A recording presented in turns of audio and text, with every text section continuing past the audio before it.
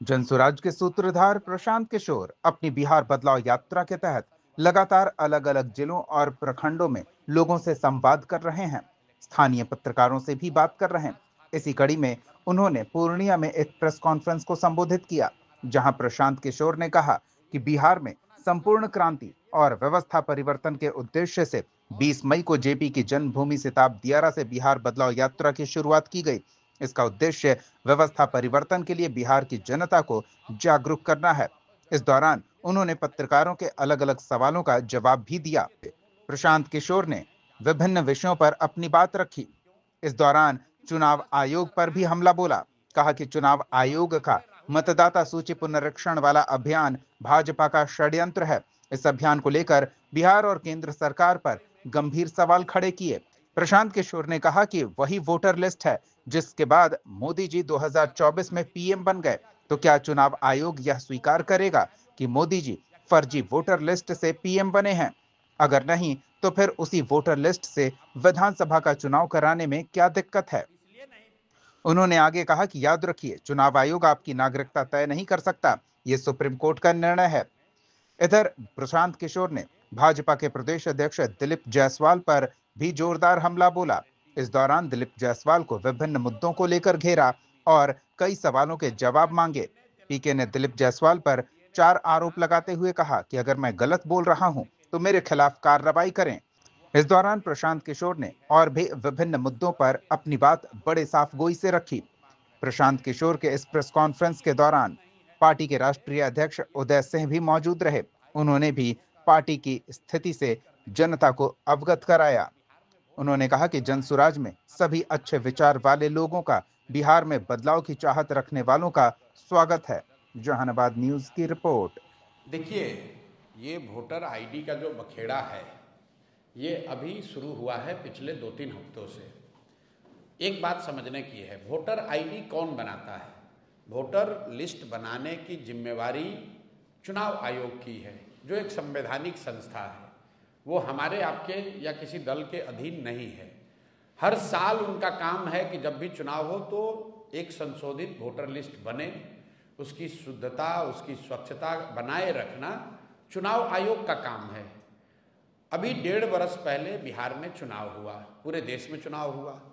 उसी voter list से देश की पार्लियामेंट का, जो सबसे बड़ा सदन है इस देश का, लोकतंत्र का सबसे बड़ा मंदिर है, जिसके जरिए यहाँ के प्रधानमंत्री का चुनाव हुआ है, उसी वोटर लिस्ट से उनका चुनाव हुआ।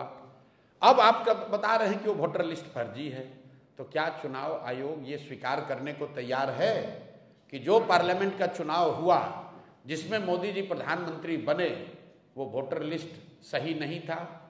क्या वो फर्जी लोगों के वोट से बने? और अगर लोकसभा चुनाव के बाद से फर्जी लोग आ गए, जैसा कि बताया जा रहा है सूत्रों के हवाले से, कि नेपाली और बांग्लादेश के बहुत सारे लोग बिहार में वोटर लिस्ट में अपना नाम घुसा लिए हैं या बिहार में आके रह रहे हैं, तो इसका दोष, इसका जवाब भी एनडीए की सरकार को ही देना होगा। क्योंकि लोकसभा चुनाव के बाद बिहार में मोदी जी की और नीतीश जी की ही सरकार है। तो आपने ये कैसे अलाउ किया कि बांग्लादेश से लोग आकर यहाँ रह रहे हैं? आपका प्रशासन क्या कर रहा है? आप अगर नेपाल से लोग आकर बिहार में वोटर लिस्ट में नाम जोड़ रहे हैं, तो बिहार सरकार की पुलिस और प्रशासन क्या कर रहा है? तो भैया, किसी भी तरीके से वो आर्ग्यूमेंट देंगे, ये यही साबित होगा कि गलती उनकी है। ये पूरा बखेड़ा इसलिए खड़ा किया गया है कि एनडीए को, सत्तारूढ़ दल को ये डर सता रहा है कि 30-35 बरस के बाद बिहार में लोगों को एक नया रास्ता दिख गया है, और खासकर उन लोगों को जो प्रवासी मजदूर हैं, जो गरीब हैं, जो इस व्यवस्था से के मारे हुए लोग हैं, जिनको इस व्यवस्था और इस भ्रष्टाचार से की वजह से जिनका जीना दूभर है, जो जानते हैं वो कभी भाजपा को, लालू को वोट नहीं देना चाहते हैं, अब लेकिन मजबूरी में देना पड़ता था, उनके सामने एक जनसुराज का नया रास्ता, नया विकल्प मिल गया है। तो अब भाजपा वाले, एनडीए वाले कोशिश कर रहे हैं कि इस तरह के युवा, इस तरह के प्रवासी मजदूर या समाज के वो वर्ग जो भाजपा एनडीए के खिलाफ वोट देने वाले हैं, उनको वोटर लिस्ट के शुद्धता के नाम पर उनको परेशान किया जाए और जहां तक हो सके उसका नाम काटा जाए। मेरा आपके माध्यम से लोगों से एक अपील है, आप घबराइए नहीं। कोई चुनाव आयोग आपका नाम नहीं काट सकता है। सुप्रीम कोर्ट का जजमेंट है। चुनाव आयोग को नागरिकता जांचने और तय करने का कोई अधिकार नहीं है। आप लोग भी ये समाज को जगाइए, बताइए। चुनाव आयोग को नागरिकता तय करने का अधिकार ही नहीं है। वो सिर्फ ये कह सकते हैं कि आप वो डॉक्यूमेंट लाइए जिससे कि वोटर लिस्ट में आपका नाम ऐड किया जा सके। आपका नाम काटना, आपका राशन पानी बंद करना, आपकी सरकारी व्यवस्था से मिलने वाली मदद को बंद करना, ये चुनाव आयोग के अधिकार क्षेत्र के बाहर का बात है। तो थोड़ी परेशानी जरूर हो रही है, लेकिन लोकतंत्र है, इसमें लड़ना ही पड़ेगा। लड़कर लोगों को अपना हक लेना पड़ेगा। और वोट का अधिकार सबसे बड़ा अधिकार है, इसको किसी को नहीं छोड़ना है। आपके पास अगर कागज नहीं है, लोग आपका नाम काट रहे हैं, आप किसी भी राजनीतिक दल से आपका सरोकार है, जनसुराज अच्छा लगता है तो जनसुराज के पास आइए, दूसरा कोई दल अच्छा लगता है उसके पास जाइए, लेकिन अपना वोट जरूर दीजिए। और देने के लिए जरूरी है कि आप अपना नाम वोटर लिस्ट में अंकित कराइए। अगर आपकी पूरी क्षमता नहीं है तो जो राजनीतिक दल हैं वो आपकी आवाज बनेंगे, आपकी मदद करेंगे। बिहार का हर शहरी, हर नागरिक, उसकी जिम्मेवारी है कि वोटर लिस्ट में उसका नाम रहे, वो वोट करे, ताकि बिहार में लोकतंत्र को जिंदा रखा जाए। और जो भाजपा और एनडीए के लोग चुनाव आयोग के जरिए पिछले दरवाजे से जीत हासिल करना चाहते हैं, उनके मंसूबों को कामयाब नहीं होने दिया जाए। मेरे भाई, बड़ा अच्छा लगा कि आप पत्रकार होकर इतने सजग हैं कि आप इन चीज़ों को फॉलो कर रहे हैं। पहली बात तो उस प्रेस कॉन्फ्रेंस में सिर्फ गुरदयाल सिंह नहीं थे, मौलेश्वर सिंह ने उस कॉलेज की स्थापना की। उनकी 5 बेटियां हैं, 3 लड़के हैं। करतार सिंह 1 लड़के थे। मौलेश्वर सिंह की पत्नी वहाँ लाइफ ट्रस्टी थी। और ट्रस्ट डीड पढ़िएगा तो उसमें लिखा हुआ है कि जो लाइफ ट्रस्टी है वो किसी भी हालत में उससे हटाया नहीं जा सकता है।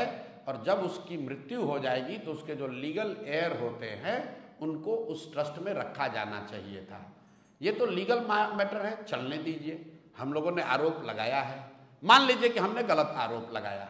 आप पत्रकार हो के इतने सजग हैं, और दिलीप जायसवाल बेचारे इतने निसहाय हो गए हैं कि वो जवाब भी नहीं दे पा रहे हैं। भाजपा देश की इतनी बड़ी पार्टी है, भाजपा के पास इतना भी दम नहीं है कि जो जानकारी आपके पास है वो जानकारी वो दे। आपने उनका ठीका उठाया है, बहुत अच्छी बात है, आप सवाल उठा रहे हैं।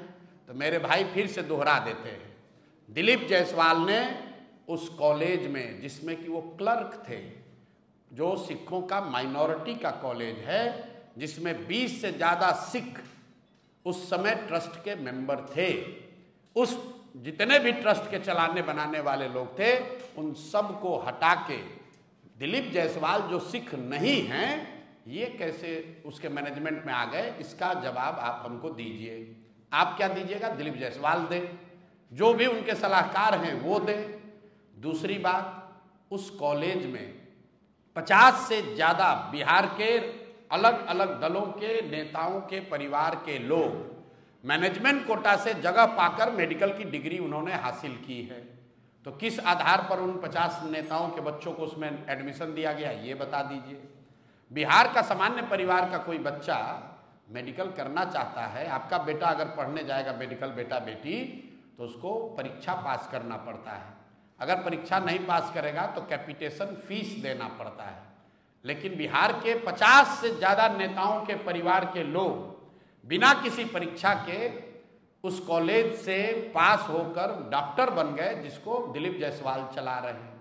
तीसरा आरोप सुन लीजिए, उस कॉलेज से आयुष्मान भारत के अंतर्गत करोड़ों रुपए की गलत निकासी की गई है, ये भी आरोप लगा रहे हैं। अगर आपको दम है, दिलीप जायसवाल को दम है, तो बता दें कि कितना पैसा आयुष्मान कार्ड योजना में लिया है।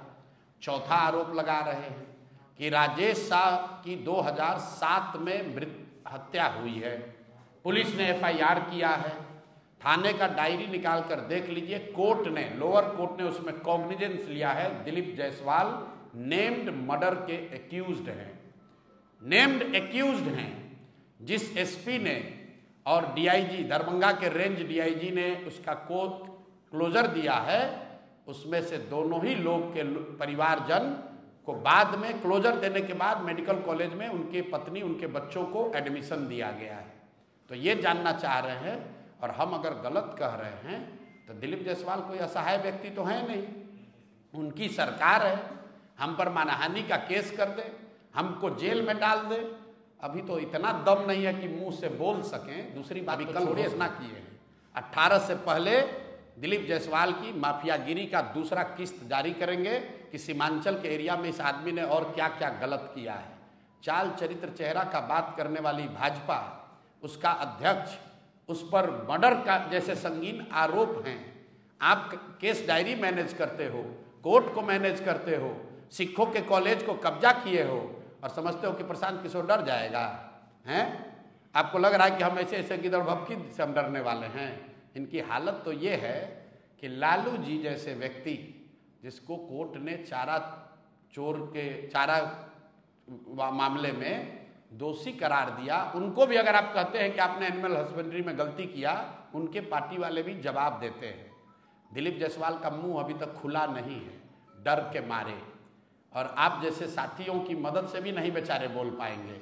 भाजपा का 19 गो प्रवक्ता है, उनका हिम्मत नहीं है कि एक आदमी जवाब दे दे। जब प्रशांत किशोर ने बोला है तो हम बिहार के छुटभैया नेता नहीं हैं। एक एक फैक्ट, एक एक डेटा, एक एक कागज बनाकर रखे हैं। दिलीप जायसवाल को जवाब देने दीजिए। पहले तो जवाब दे नहीं पाएंगे, अगर देंगे तो उसका पूरा समुचित उपाय दिया जाएगा।